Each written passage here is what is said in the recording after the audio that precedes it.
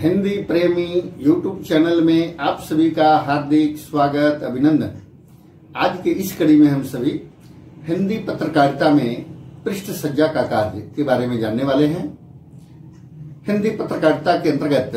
पृष्ठ सज्जा का कार्य एक उत्कृष्ट कार्य है, कला के रूप में है और पृष्ठ सज्जा से अभिप्राय समाचार पत्र के प्रत्येक पृष्ठ को आकर्षक साज सज्जा के साथ प्रस्तुत करने से होता है। समाचार पत्रों में मुख्यतः समाचार ही होते हैं, किंतु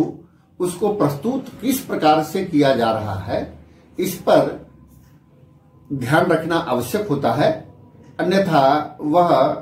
आकर्षक नहीं हो पाता है। और मसलन इस पृष्ठ की साज सज्जा के लिए किसी समाचार को रंगीन बॉक्स में स्थान देना है, किसको श्वेत रूप में रखना है और किस पृष्ठ पर भेजना है, किस पृष्ठ पर चित्र के साथ देना है, किस पृष्ठ पर विज्ञापन लगाना है, इस तरह से अलग अलग पृष्ठों के लिए यह निर्धारण करना, निर्णय करना यह व्यवस्थापक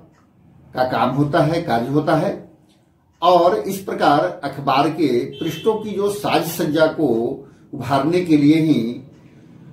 कॉलमों की व्यवस्था, बॉक्स की व्यवस्था की जाती है और उसी के अनुसार से वह समाचारों को भी सजाया जाता है, चित्रों को भी सजाया जाता है और विज्ञापन आदि का जो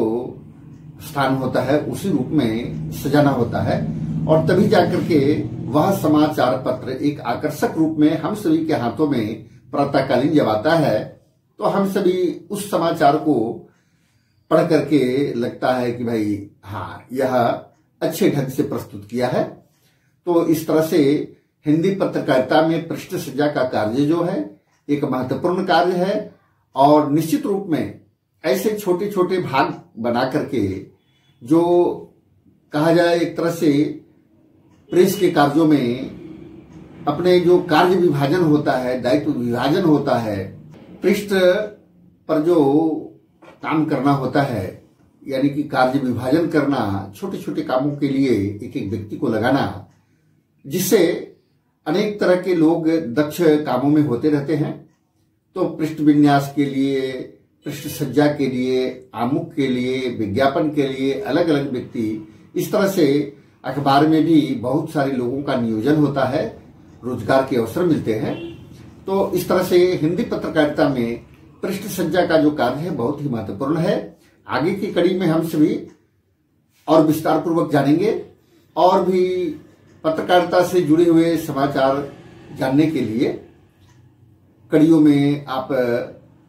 जो स्क्रीन पर देख रहे होंगे आप उसमें से भी देख करके आप जान सकते हैं और भी कड़ी को देख सकते हैं जिसमें विस्तार पूर्वक आपको जानकारी मिलेगा। तो आज के लिए इतना ही। बहुत बहुत धन्यवाद, आभार।